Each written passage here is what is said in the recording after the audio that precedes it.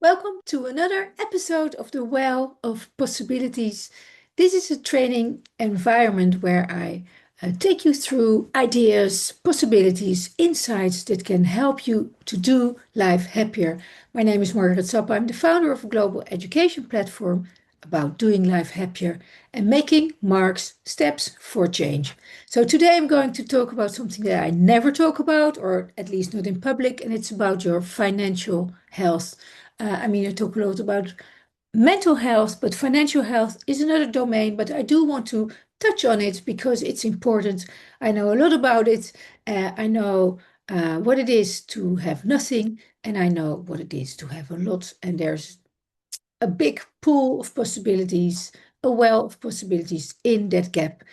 It is about taking care of yourself when you start to make the decision to grab a hold of on your finances. So I want to take you through 5 little steps that you can take today, so that you start making steps in the right direction. Yeah, because of course you get it, right? It's pleasant to have money. Is money everything? Well, maybe not. I think not, but it is so that we live in a world that is commercial, that's economically driven. We all see it. I didn't put this world, planet world, for nothing right behind me because unfortunately, money is ruling the world to a big extent. I do think that love on itself without money is stronger, but still, money rules the world, and a lot of people worry about money. They have stress over money, and it has a negative impact on relationships, on self-esteem, on the ability to enjoy life. And I think it's important that you do pick up on your own responsibility and grab a hold on it as best as you can every day, again, without it becoming a too heavy topic in your life, because maybe it already is. So let's start. First thing first, you get to have a healthy perspective on what money is. Money mainly is energy, and you can shout it at me, tell me like, hey, what a bullshit, what are you saying? What are you telling now? Money is not energy. Well, it is. Somehow it is, because it's a tool that you can use to support your values, your plans, your goals, your things. And if you open up to making steps, executing your values, going after your dreams and your goals, you will slowly start attract money and direct it also in the direction of those goals. So what does it mean when I say that? It basically means that um, well, a lot of spending goes there where you actually don't really want it to go. So that's what I mean when you say get a hold of, get a grip on it. If you control your finances, they can't control you. And that is something that you can say all the time to yourself as well. Ask yourself, what would financial peace or peace of mind actually look like for me? You might stop worrying, you might stop spending in certain areas, you might feel different, even dress different, behave different when you have this financial peace of mind. That's what I wish upon you.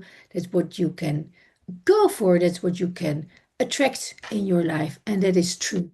So, understanding first that you have spending patterns, we all do. Mine are mainly in food, in quality food. I like to buy quality food. I don't often go to the supermarket. I buy in specialty shops. Prices are slightly higher there, but I do know that they have a positive impact on my health, on my vitality, on my hopefully longevity, right? So I may even eat less so that I can eat more of what is good and healthy. That's one thing where I've been able to make a pattern shift, right? So you can really look to where am I spending my money? Is it on alcohol? Is it on um, shopping sprees? Is it on online stuff that you buy that you actually don't need? Do you spend it on going to a sports school or on fitness? So where do you spend your money? What is worth, and does it align with your values and your goals? Because habits might have slipped in that are actually not serving you, but they're still leakage for your finances. So really understand that you have patterns, that you have spending patterns, and identify just one this week. Maybe you're ordering a lot of food that they bring to your home or whatever. What can you do that you can adjust so that you can save up a little bit more that might be used in a more purposeful way, right? So, yeah, so redirect small amounts every week again, if you can, every day. I know I have clients who did it and they got massive results from just putting one thing on hold, but for a long period of time. It takes discipline, yes, it does. And there are days where they slip, but it works. So try it for yourself, do it. And then, of course, if you have a purpose, or at least a budget with a purpose, whether it's a holidays or a weekend away, or maybe a nice pair of shoes or a needed pair of shoes, design a simple budget for your income, for what are your essentials, what are your goals, maybe your holiday or your weekends away, and some extra spending, and keep it simple, keep it in a proper overview. There are apps for this, but I like to use a pen and paper. But include also something for self-care, like a creative class, or maybe a fitness app, or something that's important for you, that you know is good for your health, and or a massage or something nice, or a hairdresser, something that feels good, that respects and shows that you respect yourself. So, and then an important part is to plan it's for the unexpected. Uh, yeah, things can happen, right? And what is, you can call it an emergency fund, or something that doesn't need to be that huge, but a certain safety net, of course, reduces stress when things get tough. And it's good to start with a goal of 500. 500 in your currency, can be euros, dollars, um, whatever, wherever you are. I mean, a big chunk is like $500, so to speak.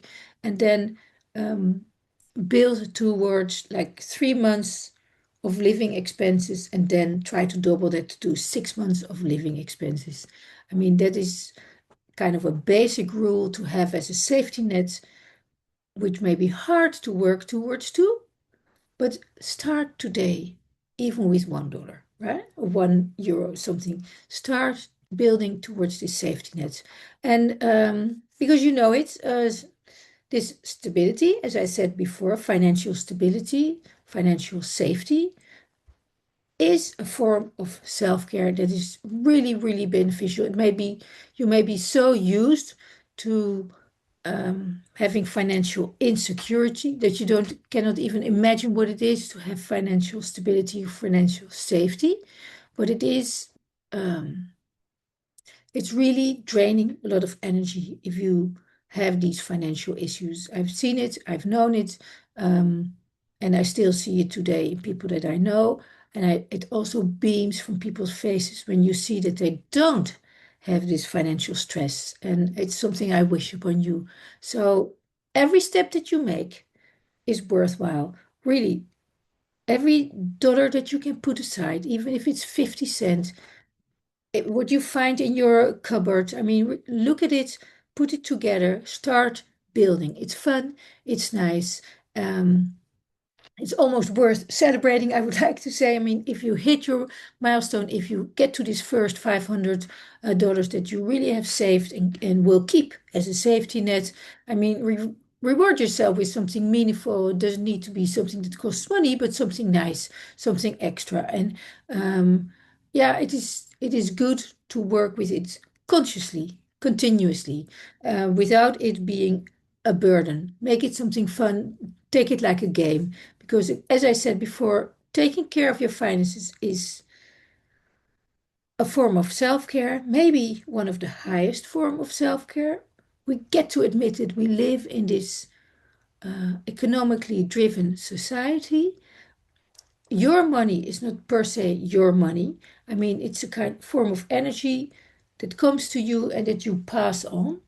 So it's not really yours anyway, but you can use it for your own well-being.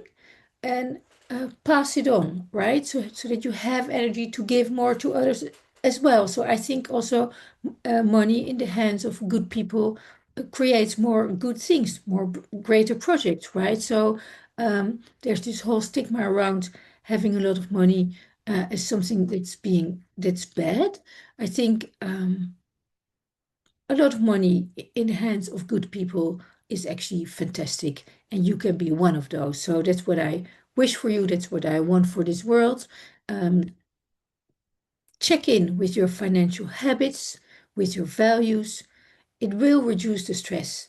Create this life of greater freedom, of greater security, because you get in control of your finances instead of them controlling you.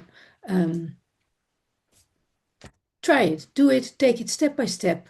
I hope that by summer you will have built up a certain amount that you're proud of. I think you can do it. I'm actually pretty sure.